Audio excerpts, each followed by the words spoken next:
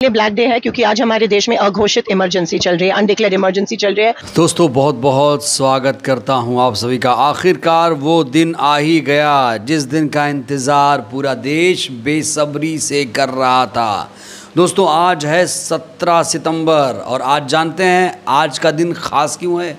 आज का दिन खास इसलिए है क्योंकि आज नरेंद्र मोदी, प्रधानमंत्री नरेंद्र मोदी पूरे 75 वर्ष के हो चुके हैं। और ये तो आप सभी को मालूम है कि भारतीय जनता पार्टी का नेता जब कोई 75 वर्ष का हो जाता है तो उसे मार्गदर्शक मंडल में भेज दिया जाता है। दर्जनों नेताओं को अब तक मार्गदर्शक मंडल में भेजा जा चुका है। लाल कृष्ण आडवाणी से लेकर मुरली मनोहर जोशी तक को मोदी और शाह ने मार्गदर्शक मंडल में भेज दिया है। वजह यही बताई गई थी कि 75 वर्ष का जब कोई नेता होगा तो उसे रिटायरमेंट लेना पड़ेगा। तो आज नरेंद्र मोदी से भी देश की जनता यही सवाल पूछ रही है कि नरेंद्र मोदी जी आप कब रिटायर होंगे, आप मार्गदर्शक मंडल में कब जाएंगे। दोस्तों आपको बता दें इस समय जो भारतीय जनता पार्टी के तमाम नेता हैं वो प्रधानमंत्री नरेंद्र मोदी की बीजेपी सरकार की उपलब्धियां गिना रहे हैं। वही राम मंदिर बनाया, 370 हटाया, इस तरह की उपलब्धियां। लेकिन जब बेरोजगारी की बात आती है या गरीबी की बात आती है, भ्रष्टाचार की बात आती है तो ये सरकार इस मोर्चे पर फेल हो जाती है। और इस समय एक सवाल सोशल मीडिया पर पूछा जा रहा है, 17 सितंबर को आप मोदी जी का कैसे जन्मदिन मनाएंगे। तो ये सवाल मैं आपसे भी पूछ रहा हूँ कि आज आप लोग मोदी जी का जन्मदिन कैसे मनाएंगे या नहीं मनाएंगे, और मनाएंगे तो किस तरह मनाएंगे। हालांकि सोशल मीडिया में इसमें 4 विकल्प दिए गए हैं। एक है राष्ट्रीय बेरोजगार दिवस, दूसरा है वोट चोर दिवस, तीसरा है जुमला दिवस, चौथा है फेंकू दिवस। हाँ, अंधभक्त जो हैं वो इसमें से कोई भी चूज नहीं करेंगे। अंधभक्तों के लिए यहाँ पर कोई ऑप्शन नहीं दिया गया है क्योंकि अंधभक्त इस समय नशे में डूबे हुए हैं, उन्हें कुछ होशो हवास नहीं है। तो आज की तारीख को लेकर विपक्ष के तमाम नेता ये कह रहे हैं ये ब्लैक डे है, राष्ट्रीय बेरोजगार दिवस है, अघोषित इमरजेंसी का भी हवाला दिया जा रहा है। आज के दिन को विपक्ष के तमाम नेता अघोषित इमरजेंसी के तौर पर देख रहे हैं। लिए ब्लैक डे है क्योंकि आज हमारे देश में अघोषित इमरजेंसी चल रही है, अनडिक्लेयर्ड इमरजेंसी चल रही है। ऑपोजिशन को बोला नहीं दे रहे हैं, वोट चोरी वहाँ पे हो रही है, प्रेस के सारे जो राइट्स है वो खींचे गए हैं, गोदी मीडिया यहाँ पे हो गई है। जो इंडिया पाकिस्तान मैच, जबकि एक तरफ हम उनके साथ युद्ध में हैं। तो ये देखिए आप, एक किसान रास्ते पे उतरे हैं, तो एक अनडिक्लेयर्ड इमरजेंसी है, तो ये हमारे लिए ब्लैक है। जहां एक तरफ नरेंद्र मोदी के जन्म दिवस को राष्ट्रीय बेरोजगार दिवस के तौर पर मनाया जा रहा है तो वहीं पर कांग्रेस के तमाम नेता ये कह रहे हैं कि नरेंद्र मोदी को आज इस्तीफा देना ही पड़ेगा। विपक्ष के तमाम नेताओं को ये उम्मीद है कि वो इस्तीफा देंगे क्योंकि उनके 75 वर्ष पूरे हो गए हैं। ये आयु सीमा उन्होंने अन्य नेताओं के लिए निर्धारित की थी तो उन्हें भी इसका पालन करना पड़ेगा। दोस्तों ये तो आप सभी को मालूम है कि पिछले कुछ वर्षों में विपक्ष लगातार पीएम मोदी के रिटायरमेंट को लेकर निशाना साध रहा है और ये निशाना ऐसे ही नहीं साधा जा रहा है। दरअसल गृह मंत्री अमित शाह ने साल 2019 में एक बयान दिया था। उसी बयान के आधार पर विपक्ष लगातार कह रहा है कि 75 वर्ष मोदी जी हो गए हैं तो उन्हें अब इस्तीफा दे देना चाहिए। याद करिए अमित शाह ने कहा था कि पार्टी 75 वर्ष से अधिक उम्र के उम्मीदवारों को मैदान में नहीं उतारेगी। हालांकि इसी के बाद अब जहां कांग्रेस 75 साल की उम्र में पीएम के रिटायरमेंट की बात कह रही है, वहीं दूसरी तरफ जुलाई में आरएसएस प्रमुख मोहन भागवत ने कहा था जब आप 75 वर्ष के हो जाते हैं तो इसका मतलब ये है कि आपको अब रुक जाना चाहिए। अमित शाह के इसी बयान के आधार पर विपक्ष याद दिला रहा है भारतीय जनता पार्टी को कि अब तो जो वादा किया था उसे निभाओ क्योंकि ये आपका ही बयान है। तो विपक्ष ये भी याद दिला रहा है कि अगस्त में मोहन भागवत ने खुद ये बात साफ कर दी थी। हालांकि मोहन भागवत के बयान पर जब ज़्यादा विवाद बढ़ा, मामले ने तूल पकड़ा तो फिर आरएसएस प्रमुख ने पलटी मार दी और उन्होंने कहा कि मैंने कभी किसी को नहीं कहा था कि 75 साल में रिटायर हो जाना चाहिए। दोस्तों आपको ये भी याद दिला दूं कि जो आरएसएस चीफ मोहन भागवत हैं, वो भी 75 वर्ष के हो गए हैं। और ये कब हुए हैं? 15 या 13 सितंबर या 15 सितंबर को ये 75 साल के हो गए हैं। और आज नरेंद्र मोदी भी 75 साल के हो गए हैं। बात इस्तीफे की या फिर राष्ट्रीय बेरोजगार दिवस की नहीं है, बात ये है कि आपने जो वादा किया था वो पूरा क्यों नहीं कर रहे हो।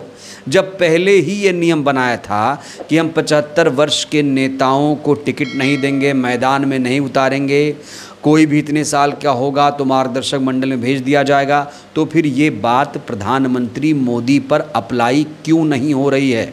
वहीं तख्ता पलट से घबराए शाह ने भी अचानक एक हाई लेवल मीटिंग बुलाई और मीटिंग बुलाकर सभी अधिकारियों को निर्देश दिया कि अब तक 1974 से अब तक जो भी आंदोलन हुए उसकी फंडिंग का सोर्स पता करो। मतलब कहने का ये है कि अब इस सरकार में कोई बड़ा आंदोलन नहीं होगा, और अगर होगा तो फिर उसकी पूरी जांच होगी। दोस्तों, ये तो आपको मालूम है कि नेपाल में एक बड़ा आंदोलन हुआ और वहाँ की जो सरकार है वो गिर गई, वहाँ के प्रधानमंत्री ने इस्तीफा दे दिया, विदेश भाग गए कुर्सी छोड़कर, और इसीलिए शायद शाह ने ये मीटिंग बुलाई है जिससे मोदी को बचाया जा सके। अब देश में ऐसा कोई बड़ा आंदोलन सरकार नहीं करने देगी कहा जा रहा है, जिससे सरकार पर ज़्यादा दबाव पड़े। लेकिन शायद ये सरकार भूल गई कि अन्ना का आंदोलन भी हुआ था, और अन्ना का जो आंदोलन हुआ था किस मुद्दे पर हुआ था? भ्रष्टाचार के मुद्दे पर हुआ था, तमाम घोटालों के मुद्दे पर आंदोलन हुआ था। लोग यही कह रहे थे, मैं भी अन्ना, तू भी अन्ना, अब तो सारा देश है अन्ना। और आज जानते हैं अन्ना की हालत दोस्तों क्या हो गई है। अन्ना को अब कहा जा रहा है ये भाजपाई एजेंट था। अन्ना ने भाजपा के कहने पर ही ये सब प्रपंच रचा था। आज दोस्तों देखिए, अन्ना एक शब्द तक नहीं बोल रहा है। अन्ना की ज़ुबान बड़े बड़े मुद्दों पर नहीं खुल रही है। आज तक कभी आपने अन्ना के बारे में सुना कि प्रधानमंत्री से एक सवाल उसने पूछा हो? अन्ना को ऐसे लगता है कि सांप सूंघ गया, जैसे वो इस देश में है ही नहीं है। और यही अन्ना यूपीए सरकार के खिलाफ आंदोलन करते थे, फास्टिंग रखते थे, व्रत रखते थे, भूखे रहते थे। लेकिन आज इनको सांप सूंघ गया है, ये इस सरकार से एक भी सवाल नहीं कर रहे हैं। और इसीलिए लोग कह रहे हैं कि वो जो आंदोलन था उसकी फंडिंग कौन कर रहा था, इसकी भी जांच होनी चाहिए। दोस्तों, आंदोलन प्रदर्शन करने का अधिकार संविधान देता है, और जहाँ जहाँ लोकतंत्र है वहाँ वहाँ प्रदर्शन आंदोलन होते रहते हैं। ये तो आप सभी को मालूम है कि जब यूपीए की सरकार थी, मीडिया स्वतंत्र था, आंदोलन हर रोज़ हुआ करते थे, जंतर मंतर पूरा भरा रहता था हर रोज़। लेकिन आज जाकर देखिए जंतर मंतर की हालत क्या हो गई है। जंतर मंतर पर एंट्री लेने के लिए आपको अपना आई कार्ड दिखाना पड़ेगा। गिन गिन के लोगों के रजिस्टर में नाम दर्ज कर करके भेजा जाता है कि अगर कोई बवाल हो तो उसे पकड़ा जाए।